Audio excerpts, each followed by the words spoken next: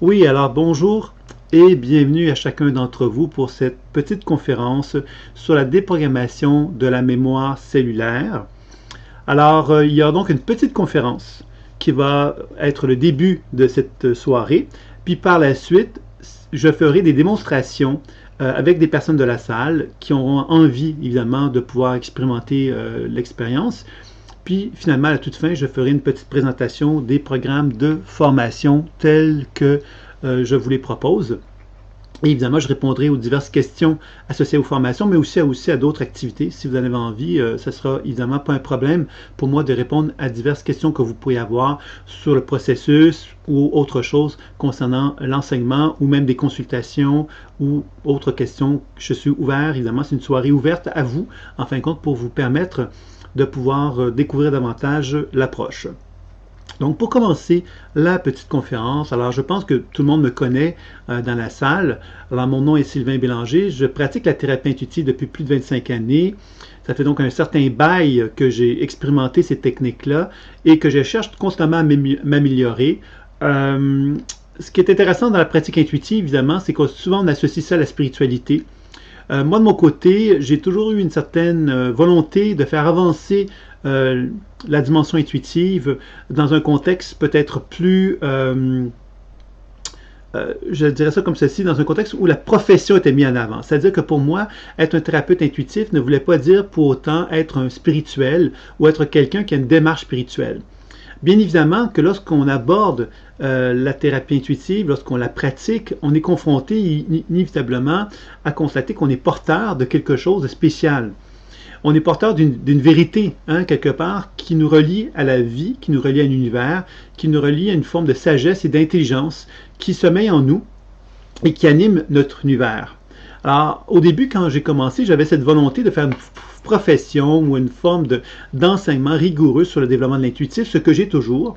Mais avec les années, j'ai pu constater qu'inévitablement, il y avait donc une relation avec cette démarche spirituelle. On est tous dans une démarche spirituelle et lorsqu'on aborde le sujet des thérapies intuitives, on est confronté inévitablement à prendre un chemin pour développer ce chemin spirituel-là, cette voie spirituelle, et donc de développer donc une forme d'éthique, une forme de en tout cas une tentative de s'aligner davantage à l'essence fondamentale de l'univers, de la vie, et donc de faire en quelque sorte une démarche spirituelle.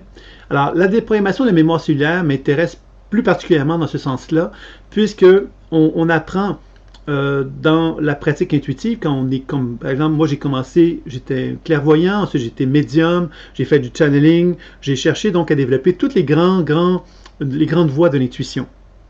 Et à travers ces grandes voies de l'intuition-là, j'ai comme cherché à essayer de comprendre quelle était l'utilité de chacune de ces techniques-là intuitives et d'évaluer quelle était la meilleure façon d'aider les gens à pouvoir progresser et cheminer dans leur vie. Et c'est bien évident qu'au début, j'ai beaucoup donc, je me suis beaucoup concentré sur le décodage intuitif, c'est-à-dire de percevoir ce qui anime le champ énergétique des gens. Et une des questions fondamentales quand on regarde le champ énergétique d'une personne, c'est de se dire, mais qu'est-ce que j'observe? Est-ce que c'est un aura, donc une espèce de structure énergétique enveloppant le corps physique?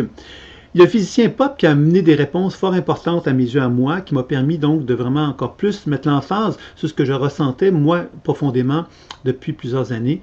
C'est qu'il a découvert que le Soleil et le cosmos envoient des influx cosmiques vers nous et que les cellules du corps absorbent cette lumière et la réémettent. Alors, ce qui est intéressant dans cette idée de ce physicien-là, c'est que quand j'observe l'aura d'une personne, ce que je vois, c'est un reflet de sa bioluminescence cellulaire. Alors, c'est important de comprendre cela, parce que ça veut dire que quand je regarde l'aura d'une personne, je regarde finalement, dans un premier temps, de quelle façon que l'activité cellulaire de son corps fonctionne. Ce qui veut donc dire que je peux donc évaluer le potentiel santé d'une personne d'un point de vue énergétique, puisque ça va me permettre de voir la qualité de son rayonnement cellulaire et d'observer s'il y a lieu des perturbations dans son champ qui vont m'informer d'une activité cellulaire déficiente dans certaines régions de son corps. Ça a été vraiment la première observation que j'ai faite tout au long de mon cheminement, c'est de vraiment bien comprendre que lorsqu'on regarde le champ énergétique d'une personne, on évalue vraiment la qualité de son potentiel santé. Ce qui est très, très important à mon sens à moi, puisque ça nous permet de pouvoir travailler avec cette personne-là pour augmenter ce potentiel santé-là. Donc, il ne s'agit pas de faire un travail intuitif pour condamner une personne parce qu'elle a un problème énergétique ou elle a une perturbation dans l'un ou l'autre de ses chakras, mais au contraire, de favoriser un processus de guérison. Ça, c'était vraiment un élément fort important et je considère que ça avait une valeur certainement beaucoup plus positive et évolutive que de simplement faire un diagnostic énergétique puis de s'arrêter là. Alors, c'est évident que j'ai voulu donc très vite combiner le décodage intuitif aux techniques de soins que je propose, une série de techniques de soins qui travaillent tant sur les fascias que sur les chakras, que sur l'aura, plein de techniques de guérison qui sont proposées pour effectivement augmenter la qualité de l'énergie vitale chez une personne. Par contre, avec le temps, ce que j'ai bien observé, et très vite en fait j'ai observé cela, parce que dès le départ de ma pratique intuitive, j'ai constaté qu'il y avait comme des mémoires dans le champ énergétique. Ces mémoires-là se manifestaient à moi sous la forme de personnages. Ces personnages-là sont comme des mémoires, finalement, que je percevais dans l'énergie vitale. Ça veut dire quoi? Ça veut dire que quand j'observe le champ énergétique d'une personne, je constate qu'effectivement, il y a une forme de reflet, un genre de rayonnement biolumineux des cellules qui s'effectue, mais dans ce rayonnement biolumineux des cellules, il y a en quelque sorte de la mémoire. Et cette mémoire-là me permet de percevoir des personnages associés à ces événements-là de mon passé, par exemple, puisque dans la mémoire cellulaire, on va observer effectivement une somme d'informations qui se trouvent dans le champ énergétique et nous pouvons voyager à l'intérieur de ce champ énergétique-là pour se mettre en syntonie avec divers réseaux d'informations mémorielles qui sont en relation avec l'énergie vitale de la personne. C'est-à-dire que l'énergie vitale circule en moi et elle va donc manifester un certain rayonnement biolumineux autour de moi, qui va être mon aura. Mais dans ce rayonnement biolumineux-là, il y a comme des informations qui vont circuler, qui vont colorer l'énergétique et qui vont m'amener à constater qu'il y a des perturbations mémorielles qui sont en moi, qui m'empêchent de pouvoir me rendre réceptif à la pleine lumière. Alors, ces mémoires-là, qu'est-ce qu'elles sont? Sont dans un premier temps les mémoires de mon histoire personnelle, c'est-à-dire que tout au long de ma vie, je vais apprendre justement à me connecter avec mon histoire personnelle, à raisonner avec elle sans m'en rendre compte. Évidemment, c'est un processus qui se fait à mon insu, c'est-à-dire que dans mon rayonnement cellulaire se dissimule, en quelque sorte, un bagage de mémoire, d'événements de ma vie. Tout récemment, on disait que, par exemple, la génétique était quelque chose d'immuable, c'est-à-dire qu'on naissait avec une certaine génétique et on avait donc à quelque part un bagage génétique et ce bagage génétique-là était celui dont on héritait et il n'y avait pas de transformation. Maintenant, on commence à remettre en question cette façon de voir les choses en se disant qu'il est peut-être possible justement de modifier les gènes. Et là, c'est vraiment révolutionnaire, cette vision des choses-là. Ça veut donc dire que rien n'est figé dans notre matière, alors que pendant longtemps, on a cru que c'était figé. C'est un peu comme le karma. Le karma, on a longtemps pensé effectivement qu'il y avait cette espèce de notion d'histoire karmique, de d'autres vies, qui venait justement figer notre histoire personnelle et qui nous obligeait donc de passer par des phases ou des chemins qui étaient des obligés et dans lesquels on avait peu de possibilités de changer quoi que ce soit. Alors, avec la déprogrammation des mémoires cellulaires, on remet en question tout ça. Grâce à la physique quantique, on remet en question tout cela aussi, puisqu'on constate justement que tout est en mouvement dans la vie, et que quand tout est en mouvement, on commence nous-mêmes à reconnaître que ce mouvement-là fait que rien n'est immuable. Est-ce que ça veut dire qu'on peut changer tout du jour au lendemain? Bien sûr que non. Nous sommes des êtres humains qui avons donc un ego, et cet ego-là, c'est comme construit une identité. Et cette identité-là s'est construite en accord avec des expériences qu'il a vécues dans sa vie.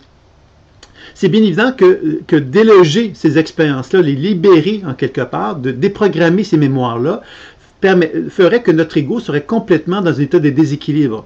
Alors, pour être capable de pouvoir le faire, ça demande dans un premier temps de pouvoir développer la connaissance de soi, qui va se faire dans ma pratique par le biais du décollage intuitif, qui me permet donc de voyager en moi, ou chez un partenaire, pour commencer à découvrir que dans ma propre énergie vitale, il y a donc des informations, des influx psychiques qui m'informent des mémoires perturbantes qui sont dans mon corps et qui m'empêchent de pouvoir rayonner dans ma pleine lumière. Donc, quand je commence à reconnaître ces blessures-là qui sont en moi, j'apprends justement à comprendre la raison d'être de chacune d'elles et à les accueillir, qui est l'étape première, je dirais, du processus de transformation. La deuxième étape ensuite qui va s'en suivre, c'est justement la déprogrammation de la mémoire qui consiste justement à pouvoir voyager dans mon propre champ énergétique ou dans celui d'un partenaire pour commencer à échanger avec ces mémoires-là. Alors, ce qui est intéressant à comprendre dans la mémoire cellulaire, c'est que même si moi j'ai un certain âge, j'ai une certaine situation quelque part de vie actuellement, faite dans mon corps de chair et d'os, dans mon propre champ énergétique, je peux avoir un ensemble de mémoires qui peuvent avoir des âges beaucoup plus jeunes que l'âge que j'ai aujourd'hui. Je peux avoir des mémoires de l'âge de 5 ans, de l'âge de 3 ans, de l'âge de 12 ans, de l'âge de 16 ans, etc. Et ces mémoires-là sont des indices de perturbation souvent, dans lesquels je ne suis pas en pleine harmonie avec elles. Et c'est là, quelque part, que quand on commence justement à se rendre compte de ces mémoires-là et qu'on commence à faire un travail sur chacune de ces mémoires-là, c'est là qu'on commence à constater que ces mémoires-là, quelque part, on peut les transformer en leur donnant tout ce dont elles ont besoin pour ne plus être dans un état de perturbation, dans un état, quelque part, de déséquilibre. Alors, c'est là, quelque part, qu'on commence à découvrir qu'il est possible, justement, de pouvoir, donc, transformer ces mémoires-là de façon à ce qu'elles nous mettent en évidence ce qui est le potentiel de chacune d'elles. C'est-à-dire que si j'ai, par exemple, à l'âge de 8 ans, vécu une expérience un traumatisme d'abandon, ce traumatisme d'abandon-là, j'y suis identifié comme étant quelqu'un qui s'est senti abandonné. Et tant longtemps que je me sens abandonné dans ma conscience, ben je vais attirer à moi des expériences qui vont me ramener à ce sentiment d'abandon-là. Alors, plus je fais un travail pour permettre justement à cette mémoire d'abandon de ne plus se sentir abandonné, ben c'est là qu'on va commencer à déprogrammer la mémoire, c'est-à-dire qu'on va apprendre à donner à la mémoire tout ce dont elle a besoin pour que justement elle ne se sente plus abandonnée. C'est-à-dire que dans l'instant présent, je vais aller voir la mémoire de l'enfant de l'âge de 8 ans, par exemple, qui se sent abandonné, et je vais lui donner tout ce dont il a besoin pour qu'il puisse ne plus se sentir abandonné. En effectuant cela, je vais donc changer l'état énergétique et psychologique que cette mémoire-là possède pour me permettre justement d'actualiser son potentiel évolutif. Ce potentiel évolutif-là, pour moi, me permet donc de me rendre conscient que je suis dans une position de plus en plus évolutive, puisque cette énergie-là, quelque part, me met en contact avec le potentiel évolutif, et plus je peux accueillir ce potentiel évolutif-là en moi, et plus je peux commencer à me rendre réceptif à un devenir. Le devenir n'est plus ce à quoi je m'identifiais dans le passé, mais au contraire, un potentiel énergétique que je me réapproprie et qui me permet justement de pouvoir entreprendre une démarche de plus en plus évolutive et positive. Alors, vous voyez que c'est ça un petit peu qu'on va chercher à faire dans la déprogrammation de la mémoire cellulaire dans notre histoire personnelle, c'est donc d'aller visiter ces mémoires-là, qui sont figées, qui sont associées à des expériences traumatisantes du passé, et de leur donner tout ce dont elles ont besoin pour que justement elles puissent se transformer et que je puisse accéder à un potentiel évolutif d'une façon de plus en plus importante. Alors, quand j'effectue ce travail de libération, ben à ce moment-là, ça veut donc dire que je me réapproprie l'énergie vitale qui était perturbée depuis un certain temps dans ces régions-là. Et en faisant cela, on pourrait facilement penser que l'on effectue un travail sur notre bagage génétique et on va inévitablement faire un travail sur notre mémoire cellulaire, bien évidemment, et on va être capable de permettre à ces cellules-là de pouvoir bénéficier d'une luminosité plus importante, permettant de rétablir le rayonnement ultra-ténu des cellules. Donc, vous voyez, c'est ça qui va être assez intéressant dans la démarche quand on travaille sur la mémoire personnelle. Maintenant, si on regarde maintenant l'aspect des mémoires psychogénéalogiques, donc de nos ancêtres, on comprend ici davantage cette notion qu'on puisse constater que la génétique puisse être finalement transformable. C'est-à-dire que souvent, la génétique est associée à notre histoire familiale. Alors, ça peut être intéressant de comprendre que notre lignée d'ancêtres provenant de notre mère et de notre père ont donc retransmis des gènes à travers notre code génétique et que quelque part on puisse nous poser un regard sur les mémoires dont on a hérité et d'effectuer donc un travail sur les mémoires provenant de nos ancêtres, pouvant justement nous amener à développer une compréhension des alliances ou des responsabilités ou des contrats inconscients qu'on a pu développer avec nos ancêtres et de commencer justement à pouvoir voyager dans l'expérience qui sont liées à ces ancêtres-là pour pouvoir justement commencer à effectuer un travail de déprogrammation. La déprogrammation va toujours consister de la même façon à effectuer justement un travail donc de décodage intuitif où je prends le temps de comprendre la raison d'être de ces mémoires-là, hein, puisque quand je communique avec les mémoires provenant de mes ancêtres, je constate que ces mémoires-là sont également figées et qu'ils ont un contenu émotionnel. Et ce contenu émotionnel peut donc être en résonance avec mon propre champ énergétique et peuvent donc perturber ma propre capacité cellulaire à recevoir la lumière. Donc, quand je fais un travail sur ces mémoires d'ancêtres, ce que je fais, c'est que je fais un travail justement pour donner à ces mémoires-là la libération, l'opportunité de se libérer de leur programmation, ne plus être dans une position de souffrance et de commencer justement à pouvoir se rendre compte qu'elles puissent donc se libérer. Et en s'en libérant, ben, elles me donnent l'occasion de me libérer aussi de ces programmations-là et me permettent donc de pouvoir justement favoriser une circulation énergétique optimale en moi. Si on regarde maintenant les mémoires d'autres vies, alors on peut concevoir qu'un être humain est un être humain donc fait de chair et d'os avec un certain rayonnement énergétique autour de lui et on pourrait facilement concevoir que cet être humain-là est une antenne. Et cette antenne-là, à un certain niveau de conscience, est en interrelation avec toutes les mémoires de l'histoire de l'humanité. Ça veut dire que moi, je peux être en résonance avec tout ce qui a pu se vivre jusqu'à maintenant dans l'humanité et tout ce qui se vivra. Donc, je suis comme une antenne et cette antenne-là peut résonner selon ma constitution psychologique, énergétique, peut donc résonner avec des mémoires d'autres vies et ces résonances-là peuvent devenir en quelque part des éléments de déperdition énergétique, des éléments d'empêchement d'évolution, parce que je m'identifie à mon insu à des expériences émotionnelles de l'histoire de d'autres vies qui vont peut-être effectivement m'empêcher d'évoluer. On peut concevoir évidemment que dès la naissance, avant même que je naisse, même dès que je suis conçu par mes parents, ben, tout le développement de l'embryon énergétique que je suis dans le ventre de ma mère va commencer effectivement à construire un matériel psychologique, énergétique qui va donc se relier à des mémoires d'autres vies et que progressivement, quand je vais naître, je vais avoir donc un certain matériel psychique déjà présent en moi qui va finalement refléter un certain degré, un certain niveau d'expérience que j'aurai à parcourir dans ma vie et qui va être finalement un reflet des expériences avec lesquelles je suis en résonance d'autres vies.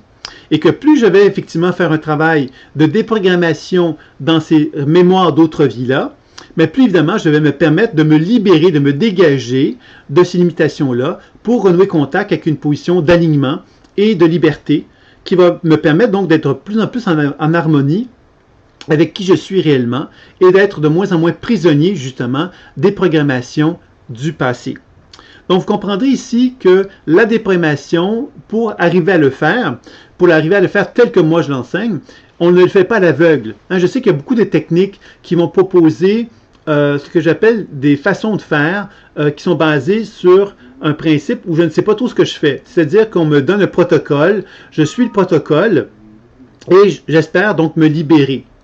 Dans le processus intuitif que moi je propose, je préfère évidemment favoriser donc une conscience. La conscience, c'est que quand je veux faire un travail de déprogrammation, il est préférable selon moi de pouvoir justement se mettre en relation avec la mémoire sur laquelle je veux faire un soin et de pouvoir comprendre sa raison d'être, comprendre c'est quoi son message et par la suite évidemment de lui donner tout ce dont elle a besoin, cette mémoire-là, pour se libérer et par cette libération-là, me réapproprier donc un processus donc d'énergie, de me réapproprier l'énergie vitale associée à cette mémoire-là que j'ai libérée et me permettre donc de renouer contact avec un potentiel santé optimal. Alors vous comprendrez donc que toute la pratique que je propose va nous permettre donc d'apprendre à faire des voyages. Ces voyages-là, finalement, sont des voyages dans mon champ énergétique, donc dans mon potentiel santé que je vais pouvoir augmenter. Je vais pouvoir voyager également dans mon histoire personnelle afin d'apprendre à me libérer des programmations mémorielles qui peuvent empêcher mon potentiel santé de se manifester et mon potentiel de réalisation humain. Je vais également travailler sur les histoires de mémoire de mes ancêtres pour me permettre justement de me dégager de toute perturbation, de tout empêchement d'évolution associé à ces histoires d'ancêtres-là. Et je vais pouvoir également travailler sur les mémoires d'autres vies d'une façon plus large pour apprendre justement à me libérer et à me dégager. En effectuant ce travail, bien inévitablement, je commence à me rendre de plus en plus réceptif avec ce que je pourrais appeler mon âme, mon soi supérieur. Je commence à me libérer, à me dégager de tout ce qui s'appelle mémoire pour commencer justement à être davantage en harmonie avec ce que j'appellerais la lumière. C'est dans ce sens-là que tout le travail que je vais proposer est un travail qui touche véritablement la dimension spirituelle et un cheminement spirituel, mais en même temps, ce cheminement spirituel-là est étroitement en relation avec un travail sur la psychologie, sur notre compréhension de nous-mêmes et un travail sur la dimension énergétique afin de favoriser un potentiel santé optimal. Donc, vous comprendrez que la démarche que je propose touche, en fin de compte, tous les domaines de la santé et permet donc de faire un travail très, très complet sur toutes les facettes de son être. Et c'est ça un petit peu que je voulais vous présenter concernant la déprogrammation de la mémoire cellulaire. Alors, je ne sais pas s'il y aurait des questions maintenant sur ce que j'avais à vous transmettre d'un point de vue plus théorique.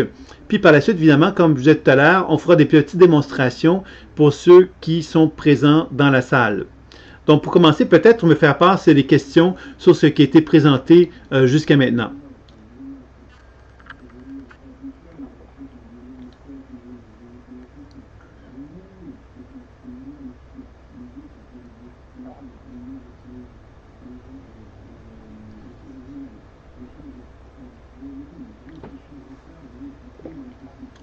Donc, n'hésitez pas, c'est les questions. Et s'il y a des gens qui veulent justement, le son coupe beaucoup, j'en suis désolé, Geneviève, parce que j'ai fait toutes les vérifications.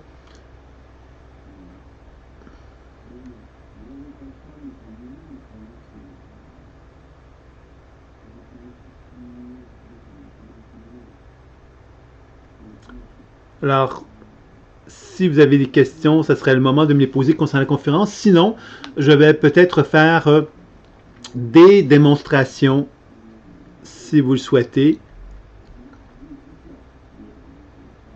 Il suffirait qu'une personne se présente comme voulant bien justement jouer le jeu pour que je puisse faire une démonstration.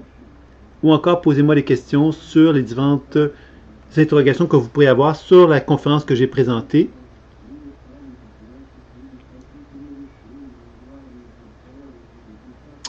D'accord, donc il y a Sylvie qui propose de se prêter au jeu.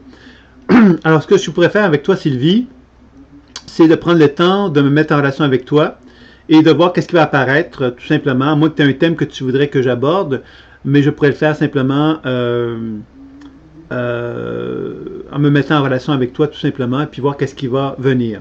Ça te va comme ça, Sylvie?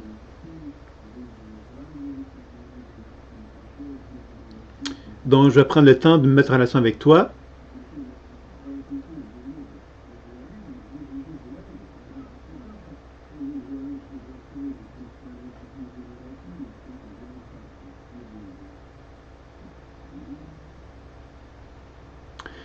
Tu vois, la première chose qui me vient par rapport à toi, c'est au niveau, bon, je vais te présenter ça d'un point de vue énergétique pour commencer, au niveau du chakra sacré.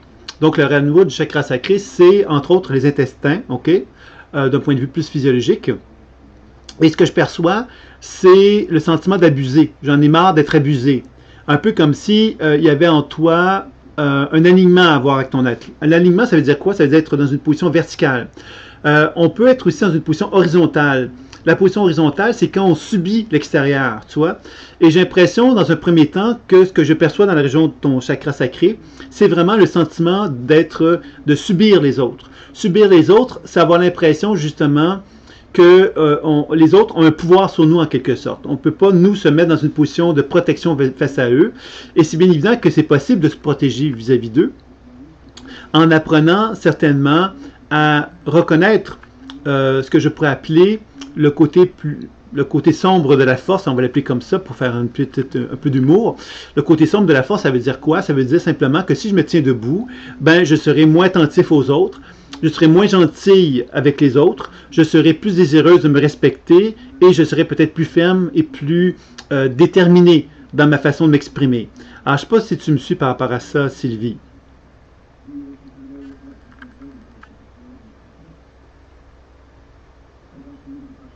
Juste peut-être me faire une précision ou des commentaires, Sylvie, pour qu'on puisse simplement avoir un peu d'interaction. C'est un peu ça, d'accord? Donc, Maintenant, ce que on va regarder, c'est un petit peu les résonances qui existent maintenant avec à quelque part donc l'aspect des résonances avec des mémoires de ton enfance. On va regarder ça un petit peu pour voir un petit peu approfondir là-dessus.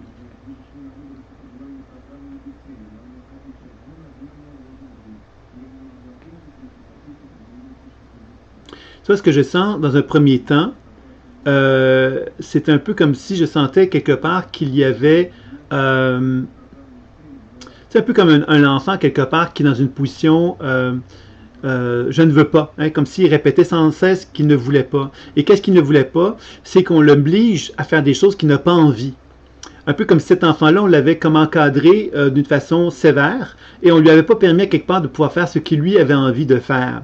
Et j'ai l'impression que pour cette raison-là, Sylvie, tu as développé une façon de fonctionner dans laquelle tu ne te permets pas de pouvoir faire ce que tu as envie de faire parce que tu t'es habitué justement à te sentir obligé de le faire parce qu'en tant qu'enfant, on t'a transmis cela. Alors ça, c'est un constat que je fais, mais là, on va essayer d'aborder l'aspect des programmations après que tu m'aies confirmé si ça te parlait ce que je venais de te dire.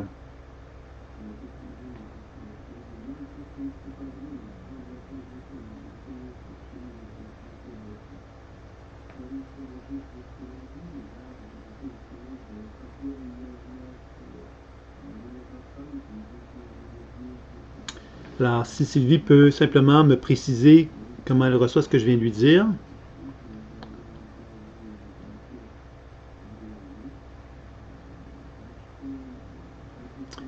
Puisque maintenant qu'on a fait le constat par rapport à la mémoire de son expérience personnelle, on va arriver justement maintenant à davantage orienter l'aspect des programmations. Donc, Sylvie me confirme qu'effectivement, son père ne lui autorisait pas à faire ce qu'elle voulait dans son enfance. Alors, on comprend ici qu'il y a une programmation qui est là.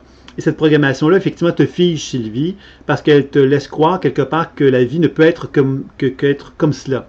Donc, on va essayer de déprogrammer la mémoire de cet enfant-là pour voir de quelle façon qu'il va se manifester, ce qui va nous permettre de voir davantage le potentiel expansif et évolutif qui est en toi et que tu commences justement à te rendre consciente à quelque part de ce qui se cache derrière cette impression d'obligation de ne pas pouvoir te permettre d'être qui tu es véritablement. Donc, on va entreprendre la déprogrammation maintenant. Alors, c'est comme si je percevais l'enfant qui arrêtait pas de dire je ne veux pas, et c'est comme si au niveau de son chakra du cœur, il était en feu, son chakra du cœur. Comme s'il y avait vraiment une impression qu'on l'avait violenté, qu'on l'avait agressé, et parce qu'on l'avait agressé, quelque part, il y avait une forme de victimisation qui en était résultée. Un peu comme si on était hyper susceptible et qu'à chaque fois qu'il se produisait quelque chose dans notre entourage, on avait cette espèce d'impression qu'on était agressé. Comme si quelqu'un nous agressait à chaque fois qu'il se passait quelque chose autour de soi. Qui veut donc dire qu'on a une certaine hypersensibilité. Et je te dirais, Sylvie, que ça va être intéressant pour toi d'être attentive à cette hypersensibilité-là, pour que tu apprennes justement à apprendre à quelque part, à te donner l'autorisation d'incarner à quelque part qui tu es, plutôt que de te rendre sensible. Parce que quand on est sensible à ce qui se passe autour de soi, on devient finalement impuissante. Parce que si quelqu'un nous fait quelque chose et que nous, on devient hypersensible à ce que cette personne-là ait fait, ben nous, on peut se sentir quelque part impuissant parce qu'on a l'impression que cette personne-là fait quelque chose et comme on est en réaction à ça, on va souvent peut-être avoir la difficulté à prendre notre place. Et j'ai l'impression qu'il va falloir que tu apprennes justement à comprendre à quelque part que cette façon que tu as d'être hypersensible, finalement, t'a amené à quelque part à perdre de pied. Soit c'est un peu comme ça que je pourrais décrire ça. Et dans les déprogrammations, ce qu'on va chercher à faire, évidemment, c'est de rétablir le mouvement pour mettre en évidence le potentiel évolutif. Mais c'est important pour toi, peut-être un petit journal intime dans lequel tu pourrais prendre le temps de relater cette hypersensibilité-là et surtout te dire qu'est-ce que je fais à partir du moment que j'ai reconnu cette hypersensibilité-là, qu'est-ce que moi je peux faire pour commencer à me donner l'autorisation de réagir. Parce que réagir, c'est pas juste d'être dans un état de victimisation par rapport à quelque chose qui se passe autour de soi, mais c'est de commencer à envisager des actions qui pourraient nous permettre justement de commencer à se donner l'autorisation d'exister. Exister, ça veut dire quoi? C'est prendre le mouvement qui est au niveau du cœur chez cet enfant-là et de le faire descendre vers les jambes. C'est ce que je vais faire maintenant, puis je vais te dire qu'est-ce qui se passe pour poursuivre la déprogrammation.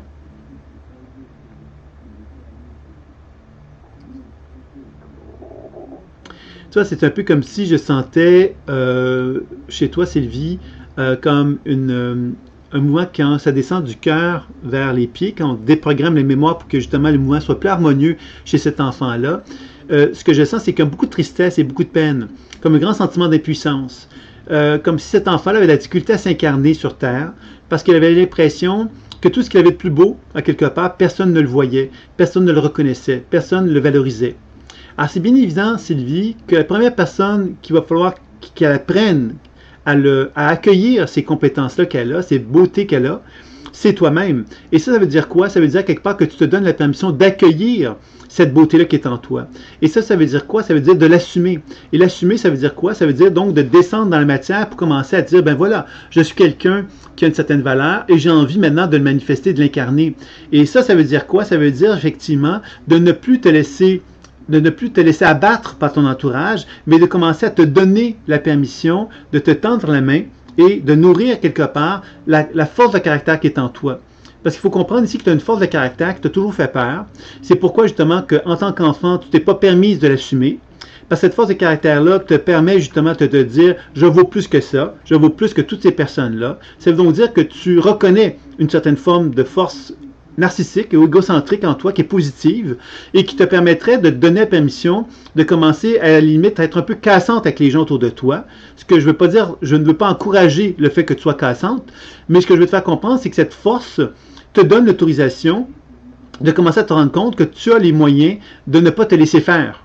Et si tu acceptes justement de ne pas te laisser faire, tu vas commencer justement à te donner la permission de prendre position d'une façon de plus en plus naturelle et de plus en plus aisée avec ton entourage et commencer à te rendre compte effectivement que tu as envie de prendre possession de ta vie d'une façon de plus en plus importante. Je ne sais pas comment tu reçois ça, Sylvie, ce que je viens de te dire.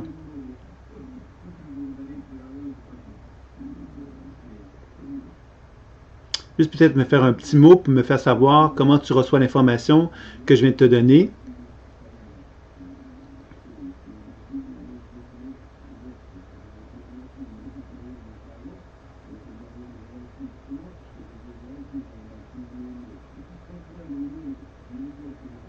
Parce que tu vois, ce que je perçois dans la mémoire, c'est-à-dire que la mémoire, maintenant qu'on a réussi à la faire descendre, euh, ouais, tu la masques en étant agressif. Puis c'est sûr que cette agressivité-là, qu'est-ce qu'elle fait? C'est qu'elle te fait revivre ce que j'appelle la victime. Parce que quand on a de l'agressivité et qu'on la dirige vers quelqu'un d'autre et que ce quelqu'un d'autre ne nous reconnaît peut-être pas dans cette agressivité-là, bien évidemment, on retombe dans la position de victime où on a l'impression d'être impuissante. Et j'ai l'impression justement que c'est ça quelque part le piège dans lequel tu es. C'est de te retrouver dans une position où tu es tout le temps dans le mode où on ne te reconnaît pas, alors que se reconnaître n'est plus d'être agressive. C'est de donner la permission d'être hypersensible, mais hypersensible non pas pour exprimer ton agressivité, mais pour assumer ton droit à exprimer ce que tu veux que ta vie soit. Donc tu n'as pas à dire à quelqu'un « je suis fâché ». Tu as exprimé quelque part que cet élément le fait que tu sois fâché te donne l'opportunité d'agir en harmonie avec toi. Donc, de déplaire à ton entourage. Donc, de te donner l'opportunité d'être libre et de te donner l'opportunité de commencer à reconnaître ton envie d'être libre. Et tout ça, évidemment, touche la notion de liberté. Et c'est cette liberté-là que je sens que tu as beaucoup de difficultés à aborder, puisque dans cette mémoire-là de l'enfant, je sens que le mouvement du cœur vers la tête est très difficile pour toi à assumer. Comme s'il y avait chez toi une certaine appréhension, une certaine peur de te faire confiance dans l'idée, à quelque part, que quand on est un adulte, en quelque part, on devient un être, justement, qui devient un individu à part entière. Comme je sentais que tu avais peur, toi, d'être égoïste, tu avais peur de penser à toi, tu avais peur, finalement, de te retrouver à incarner un rôle que tu ne souhaites pas, que tu ne souhaites pas incarner, comme si dans ton enfance, tu avais identifié des gens qui pouvaient être égoïstes et que tu te disais « je ne veux pas être comme eux ». Et parce que tu ne veux pas être comme eux, tu ne te donnes pas l'autorisation d'accueillir tes besoins égoïstes qui feraient quelque part que tu commencerais à te donner la permission d'être mieux respecté dans ta vie et commencer à reconnaître effectivement ton envie d'incarner cette nouvelle femme qui est en toi. Je ne sais pas comment tu reçois ça, Sylvie.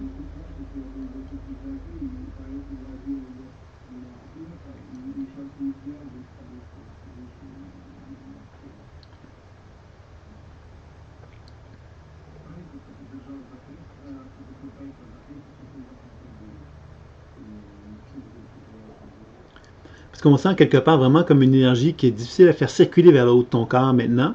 On va essayer de continuer à déprogrammer cet élément-là de l'enfant quelque part, parce que c'est vraiment de l'enfant dont je parle, c'est vraiment de la mémoire de l'enfant qui est présente, qui a la difficulté à faire monter l'énergie vers le haut de son corps, parce qu'il y a une part de reconnaissance, de se reconnaître.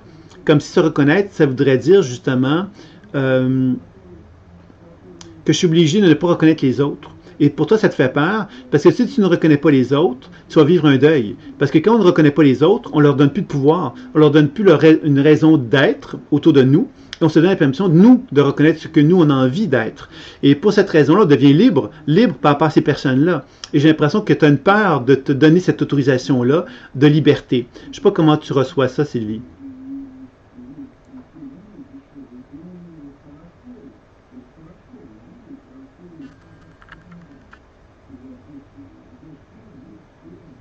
OK, donc là, ici, on voit que ton père est égoïste. Donc, j'ai l'impression, moi, que tu t'es pas permis, effectivement, d'assumer cette force qui est en toi.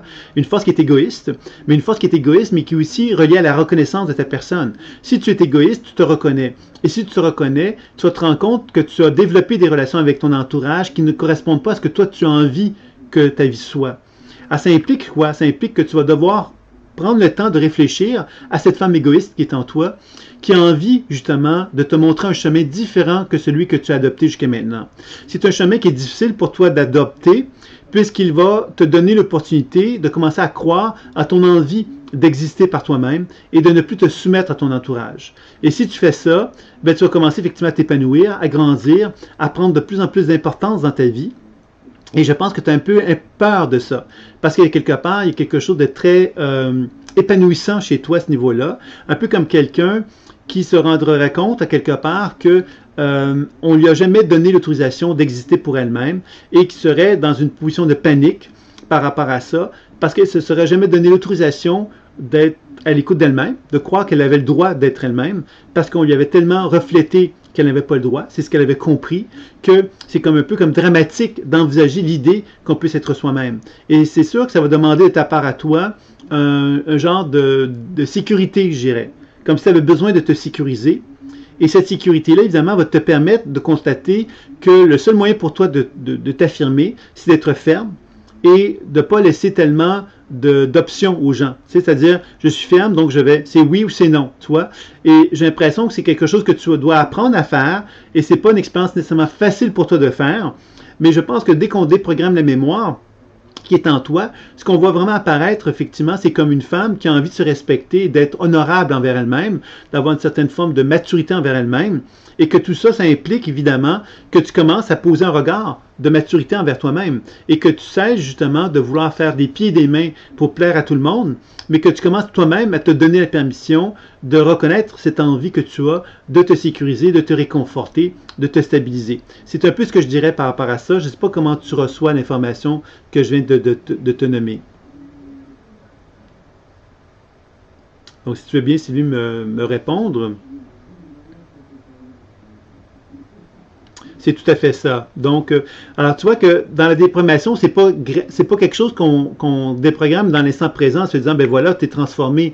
Mais ce qu'on voit quelque part, c'est que dans ton champ énergétique, il y a des résistances dans la déprogrammation que j'effectue avec toi. Parce que c'est pas quelque chose qui est naturel. Le mouvement énergétique n'est pas naturel. Donc, on a beau déprogrammer, on voit quelque part que quelque chose qui a peur d'être incarné et ça touche justement cette estime de ta personne. Je pense qu'il va falloir maintenant que tu apprennes à développer une relation amoureuse avec toi-même. Une relation amoureuse avec toi-même, c'est de reconnaître que tu as des pensées, que tu as des émotions, tu as des sentiments, tu as des envies. Et il va falloir que tu apprennes maintenant à accueillir tout cela en te donnant l'autorisation de les accueillir. Et que si tu les accueilles, tu vas te donner l'autorisation de pouvoir les exprimer, de pouvoir les verbaliser, de pouvoir véritablement être toi-même et de commencer à te rendre compte effectivement que tu es quelqu'un qui s'est oublié dans sa vie et qui aurait avantage maintenant ou aujourd'hui à se donner la permission de se donner le droit d'exister maintenant et de commencer à en cheminer dans sa propre vie pour évoluer d'une façon plus importante. Qu'est-ce que tu en penses, toi, Sylvie, de ça?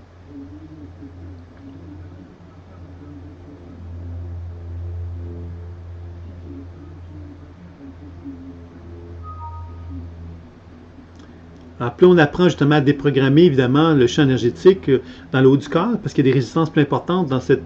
On sent quelque part vraiment qu'il y a une force, une affirmation qui est là. Et cette affirmation-là, elle repose sur l'amour de soi. On peut s'affirmer en étant agressif contre les autres, mais on peut également être affirmatif en accueillant l'idée que l'on veuille faire des choses pour soi, par amour pour soi.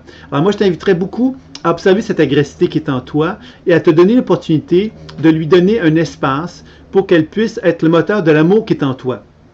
Plutôt que de finalement réagir à l'extérieur, de te donner de l'amour pour commencer à agir en harmonie avec ta nature profonde. Je pense que c'est là que tu vas commencer vraiment à te rendre compte qu'il y a un alignement potentiel en toi et une femme qui est ferme, une femme qui sait ce qu'elle veut, ce qu'elle ne veut pas, mais pour être capable de l'assumer, il faut qu'elle soit directive, il faut qu'elle soit droite, il faut qu'elle dise c'est à gauche, c'est à droite, ce que je veux pas. Il ne faut surtout pas qu'elle soit dans le doute ou dans l'incertitude. Elle se demande de ta part à toi de reconnaître justement que tu es quelqu'un qui a besoin de ça et que c'est pas permis d'être comme ça parce que tu t'es refusé d'être égoïste. Parce que quand on dit être égoïste, ça veut dire quoi? Ça veut dire que je suis un être humain qui reconnaît sa dimension égoïste, tout simplement.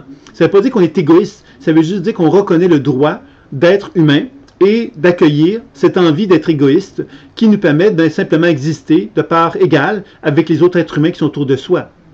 Et je pense que c'est ça un petit peu que tu dois apprendre à développer dans ta vie. Qu'est-ce que tu en penses?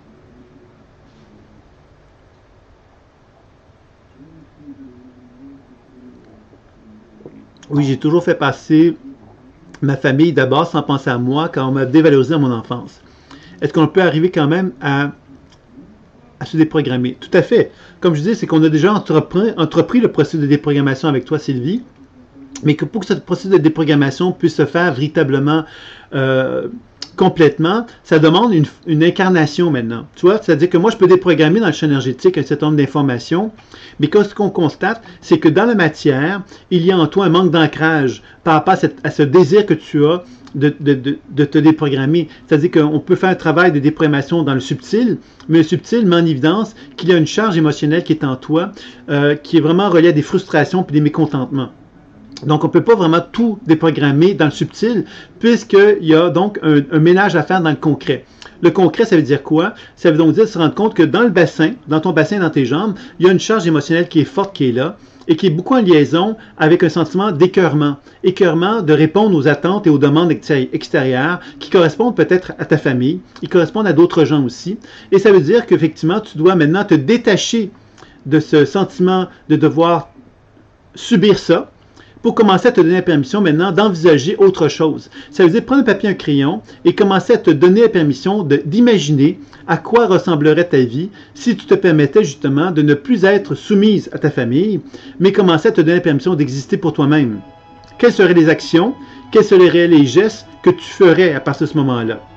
Je pense que c'est important quelque part que tu comprennes bien l'idée quelque part que si tu entreprends cette démarche-là, tu vas commencer à ouvrir ton inconscient à un potentiel de guérison qui est en toi, qui sommeille en toi, mais que tu n'as pas accès car tu as été trop paniqué jusqu'à maintenant pour envisager cette possibilité-là. Et je pense que c'est intéressant pour toi sans doute de pouvoir te rendre réceptive davantage à ce phénomène-là. Qu'est-ce que tu en penses, Sylvie?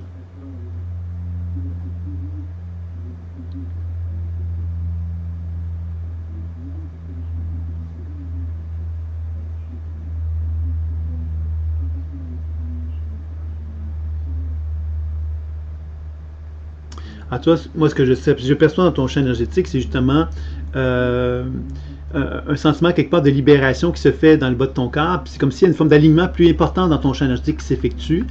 Mais c'est évident que ce champ énergétique-là est fragile. Parce que quelque part, tu t'es pas habitué à te fonder ta vie en fonction de tes jambes et de tes besoins. Donc, c'est bien évident que quand tu me dis je vais essayer, mais ça va me prendre du temps, mais prendre du temps, ça veut dire quoi? Ça veut dire prendre du temps chaque jour pour toi, pour te donner la permission de reconnaître c'est quoi que tu as envie que ta journée soit aujourd'hui. Est-ce que tu as envie qu'elle soit au service des autres ou est-ce que tu as envie à quelque part de te donner le droit d'exister? Ça veut dire quoi? Ça veut donc dire de te donner des plages horaires dans ta journée dans lesquelles tu ne seras pas disponible pour les autres et dans lesquelles tu vas te donner justement l'opportunité de commencer à te permettre davantage à assumer à quelque part tes besoins et tes désirs. Et je pense que c'est comme ça que tu vas pouvoir arriver à te donner l'opportunité de développer une nouvelle relation quelque part plus constructive avec toi-même. Je ne sais pas comment tu reçois ce que je te dis, mais je te dirais que l'important pour la transformation, évidemment, c'est que la déprogramation dans le subtil peut effectivement avoir des actions. Maintenant, pour être capable, dans un cas comme celui-ci, c'est plus particulièrement vrai, pour être capable de lui donner maintenant cette déprogrammation une consistance, il faut évidemment que tu commences toi-même à chaque jour à développer une attention vers toi-même dans laquelle tu te donnes la permission de te tendre la main et que tu commences à nourrir un processus de transformation qui soit différent que ce que tu as vécu jusqu'à maintenant. Et comme on l'a vu, il y a quelque chose de très fragile en toi par rapport à ça, parce que tu t'es jamais donné l'autorisation de croire en cette possibilité que tu puisses exister par toi-même. Donc, le premier objectif, certainement, que tu aurais avantage à faire, c'est de te donner une plage horaire dans la journée, même si c'est quelques temps, quelques minutes. L'important, c'est de donner l'obligation à chaque jour. C'est un bel acte d'amour de se donner ce droit-là, à chaque jour, de se dire, ben voilà, pendant cette période de temps-là, je ne suis pas disponible pour quiconque, je suis disponible que pour moi. Ce serait déjà une première façon de manifester cet égoïsme-là. Ça ne serait pas trop impliquant parce que ça ne viendrait pas trop bouleverser ton entourage que de te dire, ben voilà, j'ai une indisponibilité pendant telle période de temps. Il y a peut-être des gens qui vont se dire insultés de voir que tu n'es pas disponible pour eux à cette période de temps-là, mais ça sera une belle occasion justement pour toi d'être égoïste. Être égoïste, ça veut donc dire d'assumer quelque part ce désir de ne plus répondre à cette obligation-là, tu vois. Et je pense que c'est là, quelque part, que tu vas pouvoir développer une nouvelle façon de concevoir ta vie à ce moment-là. Qu'est-ce que tu en penses, Sylvie, de ça? En passant, donc, pour ceux qui ne le savent pas, il y a quelqu'un qui me parle du chat qui ne marche pas, mais le chat, c'est celui-ci. Hein. Il n'y a pas d'autre endroit pour faire des questions. Si on a des questions à me poser, c'est par le biais du chat qui est présent ici. Je le fais mention parce qu'il y a une question qui m'est posée à ce niveau-là. Juste peut-être une petite parenthèse par rapport à ça. Et pour revenir donc à Sylvie, bien évidemment, ce que je perçois de toi, Sylvie, c'est qu'il y a donc oui, c'est ça. Tu es dur avec toi-même, Sylvie, et je pense que c'est là quelque part que tu vas commencer à comprendre que cette dureté-là cache quelque chose. Elle cache l'impossibilité que tu t'es adressé à toi-même de te dire, je n'ai pas le droit de penser à moi, je n'ai pas le droit d'être heureuse, je n'ai pas le droit de tenir compte de moi. Parce que si je tiens compte de moi, je deviens égoïste, et si je deviens égoïste, je deviens en quelque part, une personne qui n'est plus à l'écoute des autres, et je me sens mal avec ça, donc je souhaite à quelque part être le contraire de ça. Et en faisant cela, tu ne te donnes pas l'autorisation de t'aimer. Parce que quand tu dis que tu es dur avec toi-même, moi, ce que je te dirais, c'est que tu ne t'aimes pas. Et tu ne t'aimes pas pourquoi? Parce que tu as l'impression que le seul moyen d'être aimé, c'est de donner à quelque part ta vie aux autres. Et en faisant ça, tu te prives de toi-même complètement. Et je pense que c'est important que tu commences à comprendre cela. Et c'est certain que la déprogrammation passe dans un premier temps déjà à poser un acte d'amour envers toi-même. Chaque jour, tu devrais te donner l'autorisation de poser un acte d'amour envers toi-même pour venir justement briser cette espèce d'impression que tu as construite dans ta vie. Hein, c'est un peu comme des habitudes. Quand je vais arrêter de fumer, ben, quelque part, ça nous donne un certain apprentissage dans le temps pour arrêter de fumer. Je ne peux pas dire, bon, j'arrête de fumer à partir de maintenant, je peux très bien le dire, mais le seul moyen qui va démontrer que j'ai arrêté de fumer, c'est que je vais constater effectivement que je ne suis plus en train de fumer pendant un certain laps de temps, qui va peut-être être 6 mois, 1 an, pour arriver à être capable de conclure que je suis parvenu à arrêter de fumer. Et dans ce sens-là, même après 1 an, je vais devoir être attentif à ça pour arrêter de fumer et préserver cette idée d'arrêter de fumer. Donc, dans ces conditions-là, ce que tu t'es habitué à faire, toi, finalement, c'est de plaire aux autres avec un sentiment d'agressivité et de frustration en te disant quelque part qu'il n'y a pas d'autre solution. Moi, ce que je te dis, et c'est là que la déprogrammation devient importante, c'est que ton corps te demande justement de ne plus être cette personne-là qui s'interdit d'exister et de vivre, mais de te donner la permission maintenant de commencer à croire que tu peux te donner la permission de vivre et d'exister comme tu le sens et comme tu en as envie. Et je pense que c'est là que ça devient fondamental que de reconnaître ce processus de transformation qui est en toi, qui va te donner l'autorisation de commencer justement à développer un autre rapport avec toi-même qui sera beaucoup plus constructif et évolutif, je dirais. Je ne sais pas ce que tu en penses, toi, donc Sylvie, avec ça, mais je pense que c'est certain que dans le champ énergétique, on pourrait évidemment approfondir. Peut-être que je voudrais en même temps donc regarder avec toi comment tu te sens par rapport à ce que je viens de te dire, puis comment tu te sens par rapport à ce qu'on a vu ensemble aussi. Parce que moi, dans ton champ énergétique, ce que je sens quelque part, c'est qu'il y a vraiment des tensions dans la région de ton bassin qui sont vraiment en relation justement avec le sentiment de négation que tu as envers toi-même. Hein, comme ça, quelque part, tu avais appris effectivement à être coupable. Coupable, c'est-à-dire de te mettre dans une position de culpabilité envers les autres. Si tu fais quelque chose dans lequel tu penses à toi, tu vas très facilement devenir coupable et les gens vont très vite facilement te rendre coupable de ce que tu as fait en voulant te faire comprendre que c'est pas bien ce que tu as fait et toi-même, tu vas adhérer à ça complètement. Ce qui veut donc dire que tu ne peux jamais finalement penser à toi et faire des choses pour toi-même parce que tu sais que si tu le fais, on va te le reprocher et tu sais que toi-même, tu vas te le reprocher aussi. Donc, c'est là que tu comprends quelque part que tu as vraiment quelque chose d'interdit que tu ne te permets pas de pouvoir envisager à ce moment-là. Oui, c'est ça exactement, Sylvie. Je pense que c'est ça. Tu te sens coupable de penser à toi finalement. Et peut-être que justement, commencer simplement à te donner une invitation à te donner de l'amour, puis à te soutenir, puis à te supporter dans l'idée que tu es en train de vouloir penser à toi, ce serait le départ. Le départ qui te permettrait justement d'intégrer le travail qu'on est en train de faire ensemble et de pouvoir justement favoriser la déprogrammation. Puis c'est ça quelque part qui te donnerait l'opportunité de commencer à t'ouvrir à une ouverture en dedans de toi, l'ouverture d'une femme justement qui a énormément de frustration et de mécontentement et de peur et d'émotions, parce que tu es une personne très sensible, tu es une personne qui est très sensible par rapport aux gens aussi autour de toi, et tu t'es jamais permise le droit de les exprimer, d'exprimer cette sensibilité-là. Et je pense que c'est ça qui serait intéressant pour toi maintenant, de te donner la permission de reconnaître que tu es une femme très sensible, très amoureuse des autres, très gentille avec les autres, très attentive avec les autres, et les autres, d'une certaine façon, ont développé, ont profité, je dirais, de toi, parce qu'ils ont compris quelque part que tu étais énormément sensible, et comme tu étais énormément sensible, il suffisait de faire peu de choses pour que tu te sentes coupable, pour que tu te sentes intéressé à vouloir le plaire ou à vouloir faire plaisir, et à t'éloigner finalement de ton propre équilibre de vie. Et je pense que c'est ça quelque part qu'il te faut maintenant apprendre à mettre en place dans ta vie, une nouvelle façon de poser un regard sur toi dans lequel tu vas commencer à te rendre compte qu'il y a une femme qui a envie d'exister d'une façon vraiment importante, je dirais.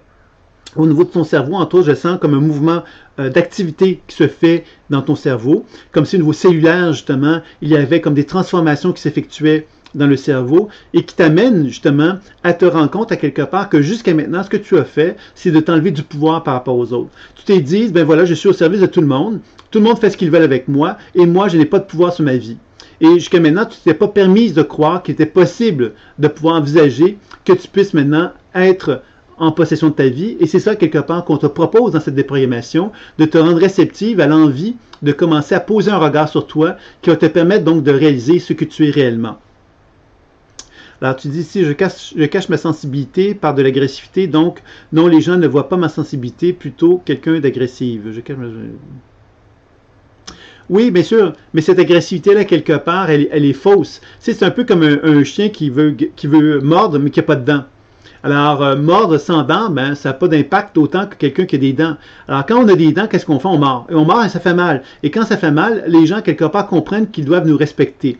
Alors que dans ton cas, tu subis. Alors, comme tu subis, à quelque part, tu es dans une position, justement, où tu dois tout le temps, subir à quelque part ce que les autres sont. Alors, cette agressivité, elle est fausse. C'est une fausse agressivité parce qu'elle ne te permet pas de te respecter. Alors, moi, je te poserai la question de quelle façon que cette agressivité-là pourrait être utilisée pour que tu puisses te respecter. De quelle façon que tu pourrais mettre des dents dans ta mâchoire pour être capable de mordre. Faire comprendre aux gens que quand tu dis non, par exemple, mais c'est non, qu'il n'y a pas de oui, il n'y a pas de peut-être, c'est non, tout simplement. Tu vois, il y a quelque chose de cet ordre-là qui est sans doute très intéressant à te permettre d'accueillir en toi. Je ne sais pas ce que tu en penses, donc, Sylvie, de cela.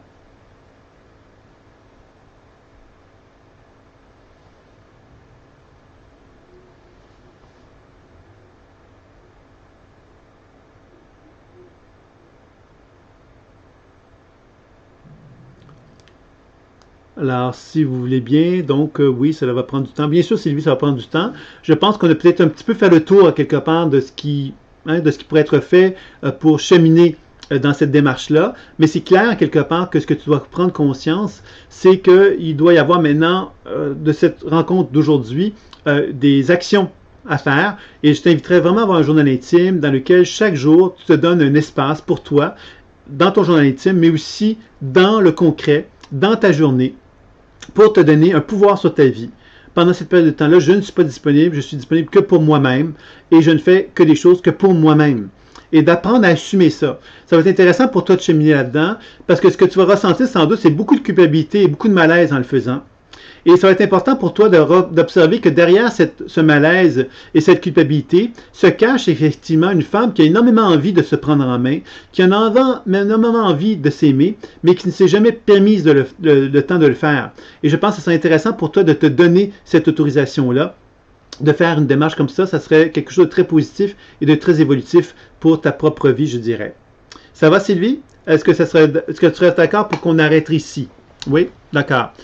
Donc, je te dirais, donc, tu auras toujours donné des suite à ça, évidemment, puisqu'il y aura toujours des petits webinaires qui ont lieu. Puis, évidemment, bon, si tu avais un désir de me parler directement, c'est possible aussi. Mais sinon, par le biais des webinaires, donc, il y en aura donc d'autres qui ont lieu, tu pourrais me faire savoir comment évolue ce changement, cette transformation-là.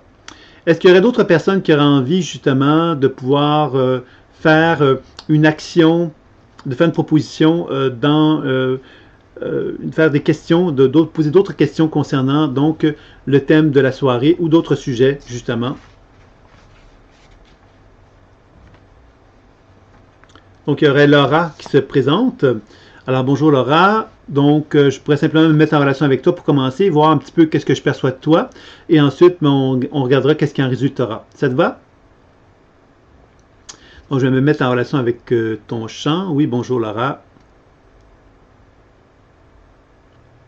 Ben, le thème de la soirée, c'est la déprogrammation de la mémoire cellulaire, mais bon, ça peut être un peu tous les sujets peuvent être abordés. Mais je vais simplement prendre le temps de regarder Laura pour commencer.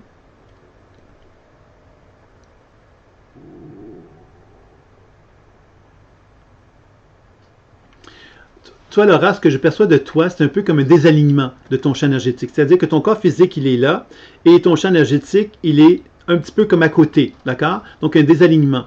Et ce désalignement-là, c'est un peu comme si tu me disais, je ne veux pas souffrir. Et quand on ne veut pas souffrir, qu'est-ce qu'on fait? Ben, on souffre. En général, c'est-à-dire que quand on dit je ne veux pas souffrir, ben évidemment, c'est qu'on est en train de souffrir, mais on ne veut pas le ressentir, on se nie, on veut pas se convaincre qu'on souffre, on essaye de se justifier qu'on ne souffre pas. Mais en même temps, on souffre quand même, mais on ne veut pas le reconnaître, tout simplement. Et je pense que la première chose que je te dirais, Laura, c'est que tu as certainement à reconnaître en toi des inconforts dans ta vie. Et ces inconforts-là, en les accueillant, en les acceptant, tu auras avantage justement à te donner la permission de pouvoir donc assumer cette envie que tu as de ne plus être dans cette forme de souffrance-là. Je ne sais pas comment tu reçois ce que je viens de te dire, Laura. Juste peut-être me confirmer ce que tu perçois. Alors bonsoir Evelyne, qui arrive avec un peu de retard, donc pas de souci.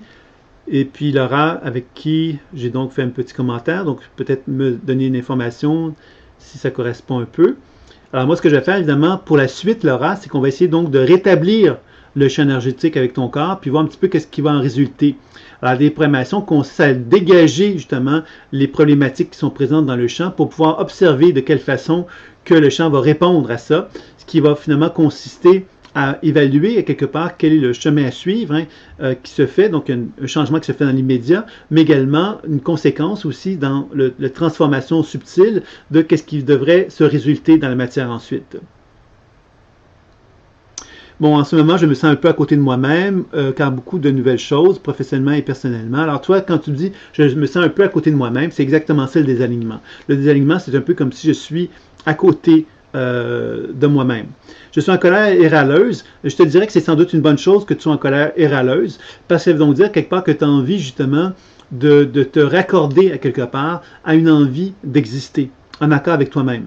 Et cette envie d'exister quelque part, ben, ça demande justement, d'une part, qu'on soit capable de s'affirmer, comme être en colère et râleuse, ça peut effectivement être une manifestation d'une force, mais en même temps, il faut être capable justement d'apprendre à reconnaître que derrière ce sentiment d'être en colère et râleuse, il y a peut-être un sentiment qu'on n'est pas dans le bon chemin ou dans la bonne voie, tu vois. Et là, on va essayer de rétablir le champ, puis je vais te dire qu'est-ce que je perçois à ce moment-là.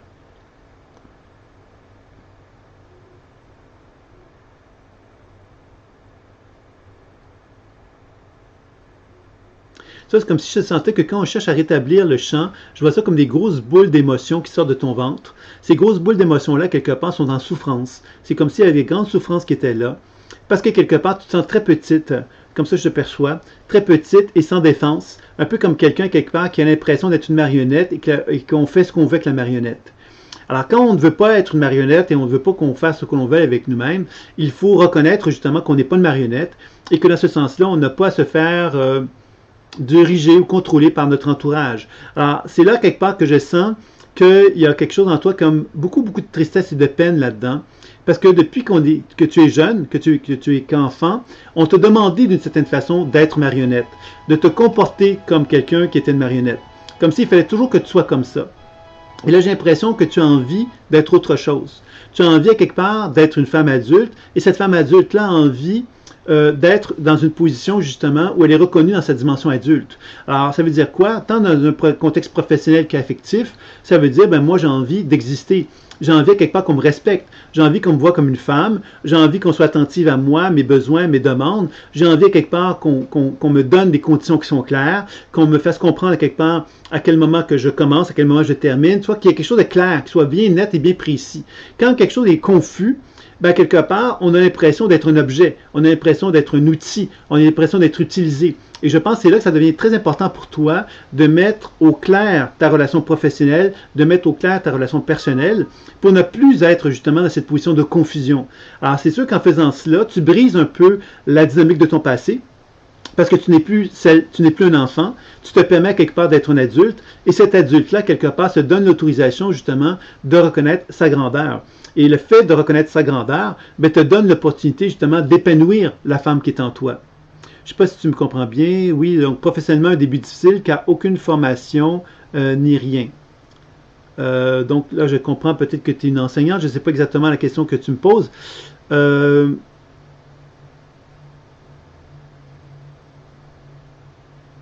C'est livré à toi-même, d'accord. Donc, c'est bien évident quelque part que quand on parle de livrer à soi-même, ça veut dire quoi? Ça veut dire quelque part que on me met dans une position justement de confusion. Hein, parce que quand on est livré à soi-même, ça veut dire qu'il n'y a pas de cadre. Et ça, c'est la meilleure position. Tu sais, dans un contexte relationnel ou dans un contexte professionnel, quand on n'a pas de cadre, ça veut dire quoi? Ça veut dire quelque part qu'il est très facile pour nous de nous faire juger, de nous faire dire qu'on n'est pas correct, parce que comme il n'y a pas de cadre, ça veut donc dire quelque part qu'on n'est pas dans un état de sécurité. On n'a pas de carré de sable, en fin de compte. Un carré de sable nous permet de savoir, ben, je peux jouer dans ce carré de sable-là. Je peux faire un certain nombre de choses dans ce carré de sable-là. Mais quand on n'a plus ce sentiment-là, de pouvoir être dans le carré de sable, ben quelque part, on vit une situation de frustration parce que quelque part, on n'arrive plus à très bien savoir où est-ce qu'on a le droit de jouer, où est-ce qu'on a le droit, qu'est-ce qu'on n'a pas le droit, qu'est-ce qu'on doit faire, à quel moment on commence, comment on doit procéder, etc. Et c'est la meilleure façon pour être dans la confusion. Et la meilleure façon de ne plus être dans la confusion, c'est de justement définir à quelque part, un mode de fonctionnement. Et définir un mode de fonctionnement, c'est soit par nous-mêmes, qu'on va proposer ce mode de fonctionnement-là en disant à la personne concernée, notre responsable, de dire, regarde, voici le mode de fonctionnement que je compte faire. Est-ce que tu peux adhérer à ce mode de fonctionnement-là? Parce que moi, j'ai besoin d'avoir un protocole, j'ai besoin de savoir où est-ce que je m'en vais, j'ai besoin de savoir comment je procède. Et dans ces conditions-là, je te demande de confirmer la façon que moi, je crois être la bonne pour pouvoir procéder.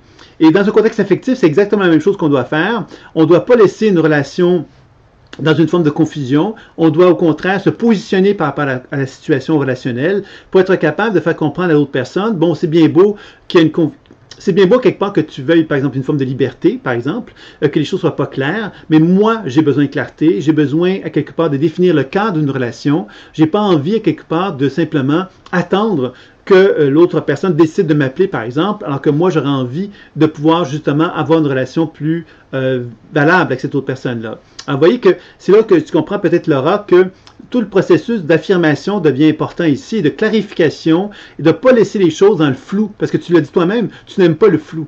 Donc, il est important pour toi de clarifier le flou, et clarifier le flou implique que tu sois obligé toi-même de reconnaître ce que tu es prêt à accepter, ce que tu n'es pas prêt à accepter, justement. Alors, dans un contexte professionnel, je pense qu'une description de tâche, une définition d'un cadre d'activité, c'est clair, c'est normal, et c'est quelque chose que normalement on va bien accueillir. Dans un contexte relationnel, avoir une envie que les choses soient claires, ça implique évidemment que l'autre personne soit obligée aussi de se mettre dans une position de clarté envers nous-mêmes, et ça implique évidemment que l'on puisse donc définir un cadre professionnel ou un cadre relationnel qui soit sérieux. Si c'est pas sérieux, ça veut donc dire que l'autre personne fait un peu ce qu'elle veut, et dans ces conditions-là, on peut, nous, avoir le sentiment quelque part qu'on n'est pas respecté. Je pense que c'est important que tu te respectes par rapport à ça, Laura. Qu'est-ce que tu en penses?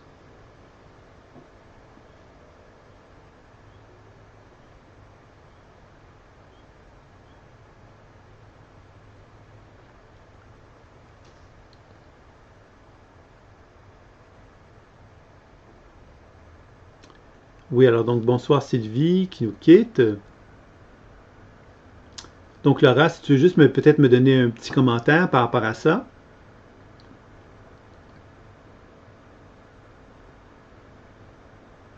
Toi, ce que je sens aussi, Laura, de toi, c'est que l'énergie est très haute. Alors, c'est certain que quand l'énergie est très haute, on peut très vite, finalement, être très émotionnel, très confus dans la tête, etc. Mais on n'est pas dans nos jambes. Et je pense que c'est très important, quelque part, pour toi de descendre dans tes jambes pour arriver, effectivement, à être capable de commencer à articuler une force d'affirmation. La force d'affirmation, c'est quelque chose qui nous permet justement de pouvoir commencer à donner naissance à qui nous sommes. Alors tu me réponds justement oui, dans le domaine affectif et professionnel, la confusion et de nombreuses peurs me font envie d'abandonner. Et je te dirais quelque part que la meilleure façon pour toi de mieux réagir à ça, c'est de commencer à te rendre compte à quelque part, comme je disais tantôt, que tu as besoin de descendre dans la matière. Tes peurs sont dans ta tête, mais l'action qui va te permettre de te sécuriser tes peurs, c'est dans le monde terrestre, c'est dans les gestes que tu vas poser, dans ta capacité à clarifier tes besoins, tes sentiments, tes émotions envers ton entourage.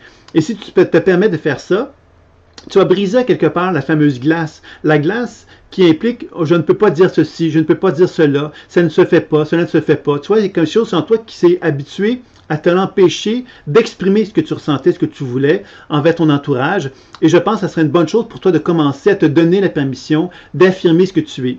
Et affirmer ce que tu es, c'est de briser un peu cet espace, justement, de confusion qui est en toi, en te donnant l'opportunité justement de commencer à te donner la permission d'exister. Exister, ça veut dire quoi? Ça veut dire j'existe, et si toi, tu n'es pas content que j'existe, ben je pense pas qu'on puisse établir une relation satisfaisante avec toi. Hein, c'est ça un peu l'idée. Et c'est ça qu'il faut que tu apprennes à assumer aussi. Et c'est ça justement, Laura, que tu ne dois pas faire. Tu vois, elle me disait, oui, tout à fait, je m'adapte dans les douleurs et l'étouffement de mes besoins. Et c'est justement là qu'il y a un problème, justement, Laura. C'est que tu es très, très intellectuel, donc tu vas beaucoup mettre l'emphase dans ta capacité de vouloir t'adapter à ce qui se passe autour de toi, mais tu ne vas pas assumer quelque part tes besoins. Et en n'assumant pas tes besoins, ben, tu as quelque part une situation justement de confusion, parce que quelque part, tu as l'impression que tu es tout le temps obligé d'être au service des autres. Alors l'envie d'abandonner, c'est quelque part la peur de t'assumer. Tu vois, tu as envie d'abandonner parce que tu as peur de t'assumer en tant que femme. Être une femme qui n'abandonne pas, qu'est-ce qu'elle fait? Elle commence à dire ce qu'elle veut, ce qu'elle ne veut pas, ce qu'elle trouve acceptable et ce qu'elle ne trouve pas acceptable. Et c'est là, quelque part, qu'elle accepte l'idée d'abandonner après avoir justement reconnu qu'elle a communiqué avec les gens concernés et qu'elle a pris le temps d'évaluer avec eux qu'est-ce qui était acceptable, qu'est-ce qui ne l'était pas. D'un point de vue professionnel, aller voir les gens responsables et de leur faire comprendre que tu as envie justement d'avoir un cadre qui te sécurise, te permettrait justement de pouvoir arriver, être capable de pouvoir être entendu et de pouvoir évaluer qu'est-ce qui pourrait être fait pour améliorer la situation, pour ne plus être dans cette position où tu as l'impression que l'environnement ne te convient pas, par exemple, tu vois. Et je pense qu'au niveau affectif, au niveau relationnel, il y a quelque chose de cet ordre-là aussi. En te donnant la permission d'assumer ce que tu veux, ben quelque part, tu te mets dans une position où tu demandes à quelque part à ton entourage de se positionner par rapport à ce que tu veux. Alors que toi, tu es quelqu'un qui fait l'inverse. Tu te positionnes par rapport à ce que les autres te proposent. Et à ce moment-là, tu t'adaptes, puis à un moment, tu arrives à plus accepter quelque part ce qui est là, parce que tu le juges inacceptable. Donc moi, je te dirais, avant d'abandonner tout, peut-être de faire une proposition par rapport à ce que toi, tu auras envie, ce que tu auras besoin pour commencer justement à te sentir plus confortable, tant dans la vie professionnelle que dans la vie affective. Ce serait sans doute une première étape. Et si, évidemment, on ne te donne pas satisfaction, bien évidemment, tu pourrais envisager quelque part que tu as envie maintenant de te donner le droit d'exister en accord avec toi. Et là, ça serait sans doute une autre étape qui pourrait en résulter à ce moment-là. Qu'est-ce que tu en penses? Oui, tu rajoutes tes besoins en ne leur donnant pas de crédibilité. Et puis c'est certain, quelque part, que ça implique évidemment, reconnaître ses besoins, ça veut dire quoi? Ça veut dire les assumer. Les assumer, ça veut dire quoi? Et là, je vais te dire très concrètement ce que tu devrais faire. C'est prendre un papier, un crayon, et de dire qu'est-ce que moi j'aurais besoin pour être bien dans ma vie professionnelle. Quand je dis qu'est-ce que j'ai de besoin, c'est pas qu'est-ce que j'aurais de besoin si j'avais un autre emploi. C'est avec cet emploi-là que j'ai, qu'est-ce que j'aurais de besoin pour être bien. Après avoir pris le temps d'écrire tout ce qui était nécessaire, tu vas aller voir ton personne responsable et tu vas lui faire part quelque part de ce que tu aurais besoin et tu pourrais voir avec lui qu'est-ce qui serait possible d'avoir, d'obtenir comme amélioration pour parvenir à te sentir bien. Dans ta vie relationnelle, même chose. Qu'est-ce que tu as besoin pour te sentir bien dans ta vie personnelle avec ton entourage? Et évidemment, rencontrer les personnes concernées, puis leur faire part de ce que tu aurais besoin et qu'est-ce qu'ils sont capables de faire, eux, pour te sentir, faire en sorte que tu te sentes mieux. Alors ça c'est très concret ce que je viens de te nommer, et c'est là quelque part que tu vas reconnaître quelque part que tes besoins ont une raison d'être, et que ta difficulté, c'est d'être capable de les assumer devant quelqu'un d'autre. Et c'est pour ça que tu te sens comme un objet. Parce que tu te sens obligé, justement, constamment aux autres, et tu ne te donnes pas permission de reconnaître ton droit à exister aussi. Et c'est là que tu dois apprendre, effectivement, à faire une démarche de ce sens-là.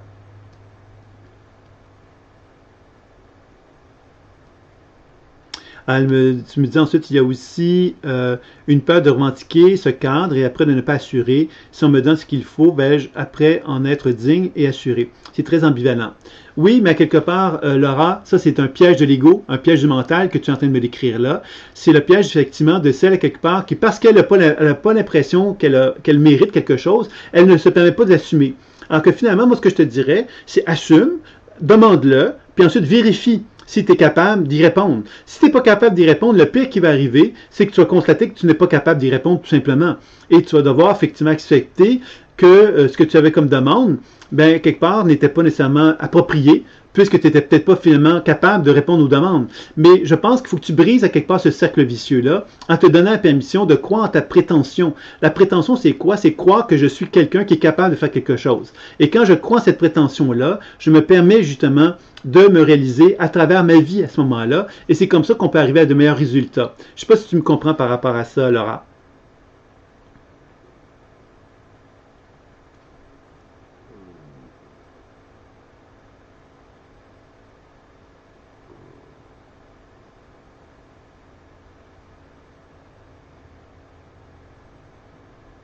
Tu sais, ce que je sens aussi par rapport à toi, Laura, c'est que tu as envie quelque part, oui, je comprends en effet, avoir cette prétention d'être capable est difficile.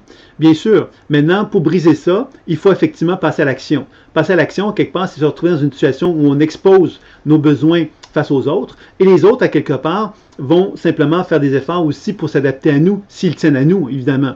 Et s'ils font ces efforts-là, ben nous, on va simplement apprendre justement à reconnaître qu'on est quelqu'un d'insécure et qu'on a besoin de sécurité. Besoin de sécurité, ça veut dire quoi? Ça veut dire que même si je demande à quelqu'un, par exemple, dans mon contexte professionnel, un tas de choses pour me sentir sécure, si cette personne me donne tout ça, ben quelque part, moi, je vais avoir besoin que cette personne-là, quelque part, soit régulièrement proche de moi, que je la vois peut-être régulièrement, pour pouvoir me sentir sécure en sachant que la personne est contente de moi, qu'elle est satisfaite de moi, qu'elle est contente de ce que je fais.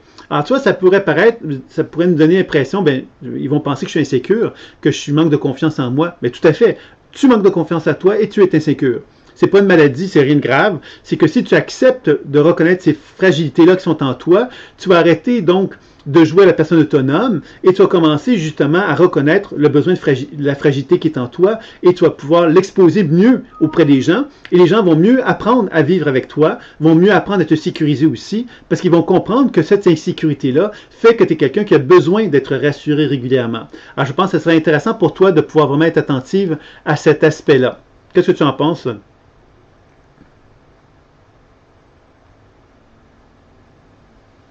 Moi, c'est un petit peu ce que je te proposais. Alors, évidemment, une déprogrammation, évidemment, ça ne se fait peut-être pas en quelques minutes comme ça, mais vous comprenez que l'interaction que je fais avec Laura dans ce cas-ci, c'est de chercher à interagir dans son champ énergétique et à mesure que j'interagis avec elle, bien évidemment, de nouveaux mouvements s'expriment chez elle et cette expression-là, quelque part, amène donc un changement dans son champ énergétique qui m'amène, moi, à lui transmettre en mots ce qui est la nouvelle tendance énergétique qui est en elle et de voir de quelle façon qu'elle pourrait s'exprimer dans son corps terrestre, dans son corps physique, pour l'incarner davantage. Alors, vous voyez que c'est ça un petit peu qu'on cherche à faire dans une déprogrammation de la mémoire cellulaire.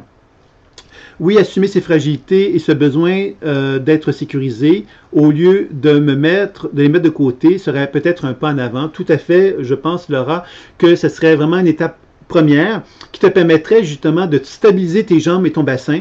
Moi, je te dirais donc de t'enraciner aussi. T'enraciner, c'est dans le site développementconscience.com, il y a un module 1 qui est gratuit que tu peux recevoir, qui t'enseigne donc l'enracinement.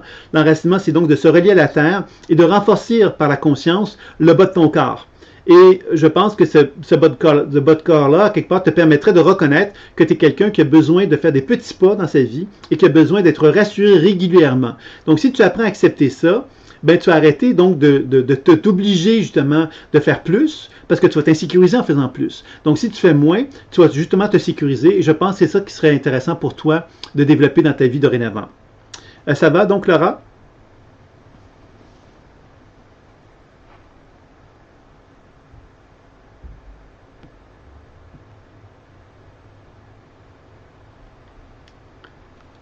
Donc, je vais laisser soin à Laura de me répondre. Alors, oui, je comprends, ce serait de me respecter davantage dans mes besoins, de me reconnaître.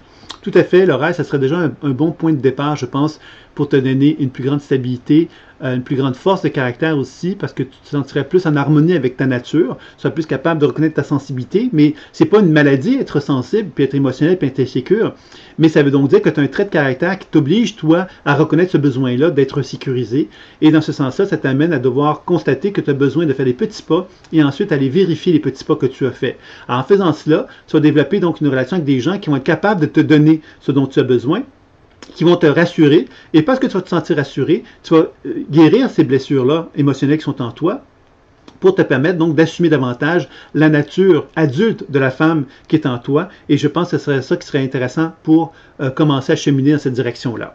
Ça va? Donc, si tu veux bien, je vais donc m'arrêter ici. Donc, le temps passe, et je vais donc peut-être prendre quelques instants simplement pour vous faire part des problèmes d'information qui ont lieu très bientôt. Alors, vous savez peut-être, bon, moi, je suis au Québec présentement. Il y a des activités qui ont lieu au Québec dans les prochains jours. Samedi qui vient, je vais être à Saint-Sauveur pour une journée porte ouverte pour ceux qui seraient intéressés, qui sont au Québec, mais surtout pour la France, je vais faire le Salon Rentrée Zen qui aura lieu donc le 28 septembre, je crois, si je ne me trompe pas, au 3 octobre. Je vais juste vérifier, le 29 septembre au 3 octobre, je vais être à Paris. Je ne ferai pas de conférence pendant l'événement, mais je serai présent tout au long du salon pour ceux qui seraient intéressés, et je ferai une conférence le 6 octobre, alors donc à Paris, pour donc ceux qui seraient intéressés à me rencontrer en physique, en présence. Je ferai ensuite une tournée dans toute la Bretagne pendant plusieurs semaines en octobre, donc tout le mois d'octobre en fait après cela. Donc pour ceux qui sont intéressés de me rencontrer, il y aura plusieurs conférences qui ont lieu dans plusieurs villes de la Bretagne, et je ferai également des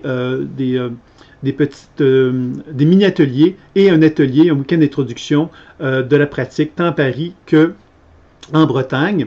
Et évidemment, pour ceux qui seraient intéressés, je vais être en Suisse également, à Fribourg, où je vais donner également un week-end d'introduction je vais participer à un salon également, etc. Donc, vous pouvez toujours aller voir ça dans mon calendrier sur le site thérapieintuitive.com ou encore écouteimaginaire.com. Et puis, vous avez donc des problèmes d'information. Si cela vous intéresse, vous pouvez communiquer avec moi. Donc, il y a une introduction en ligne qui existe, qui est une opportunité pour vous de découvrir les outils tels qu'on vient de les voir, donc le décodage intuitif, la déprogrammation, les techniques de soins. Ça vous donne l'opportunité de découvrir ces outils-là. Alors, l'introduction en ligne, c'est 150 € ou 150 $. C'est un enseignement complètement en ligne. Vous avez 3 modules d'enseignement qui vous sont proposés. Et vous avez des webinaires que vous pouvez aussi visionner ou encore avoir des webinaires en direct selon l'horaire que vous pouvez disposer. Vous avez également donc la formation personnelle qui est une formation très très complète pour faire un cheminement, pour favoriser la pleine conscience intuitive. Vous avez donc une formation qui dure 1 an, qui est avec un encadrement, avec des mini-consultations, des webinaires directs, 12 modules d'enseignement, qui est à 995 € ou dollars. Vous avez également une formule sans encadrement, dans lesquels vous allez avoir les 12 modules d'enseignement et des webinaires préenregistrés qui vont vous permettre donc de pouvoir bénéficier des questions qui ont été posées dans le passé face à ces modules d'enseignement-là. Donc, à ce moment-là, c'est 650 € ou dollars. Vous avez l'opportunité d'avoir un enseignement personnalisé avec moi, de 3 mini-consultations avec un module d'enseignement qu'on choisit ensemble et que je vais personnaliser pour vous afin que vous puissiez faire un travail très précis sur vous-même et que je vais suivre avec vous pendant 3 mini-consultations. C'est 195 € ou 195 $. Et vous avez l'introduction en ligne dont je vous ai parlé tantôt, qui serait donc une option pour ceux qui auraient envie de découvrir la méthode sans s'engager d'une façon trop importante. Donc, il y a l'introduction en ligne qui existe, mais vous avez le week-end d'introduction en présentiel qui existe également, qui aura lieu donc dans les prochains mois en France et au Québec. La formation professionnelle de base, c'est 1995 € ou dollars pour une formation qui est très complète en elle-même. Vous avez toute la formation personnelle dans cette formation professionnelle-là et vous avez 4 modules d'enseignement très complets sur les pratiques professionnelles qui concernent les chakras, la psycho-énergétique des chakras. Vous avez également donc les techniques d'aura, les soins de l'aura, les techniques sur les fascias et plusieurs autres techniques de guérison que vous allez découvrir tout au long de cette formation, dans lesquelles vous allez apprendre à combiner le décodage intuitif, la déprogrammation et les soins énergétiques. Donc, c'est une formation très complète qui se termine avec un stage de 5 jours qui aura lieu donc au mois d'avril prochain pour ceux qui seraient intéressés à faire cette formation-là. Vous avez également une formation sans encadrement qui est exactement la même chose que je viens de vous décrire, sauf que vous n'avez pas de stage. Alors, c'est 1495 € ou dollars à ce moment-là pour ceux qui veulent bénéficier d'une formation professionnelle avec supervision dans les deux cas. Mais évidemment, quand c'est sans encadrement, c'est que vous n'allez jamais me rencontrer en personne, à moins que vous faites le week-end d'introduction à ce moment-là.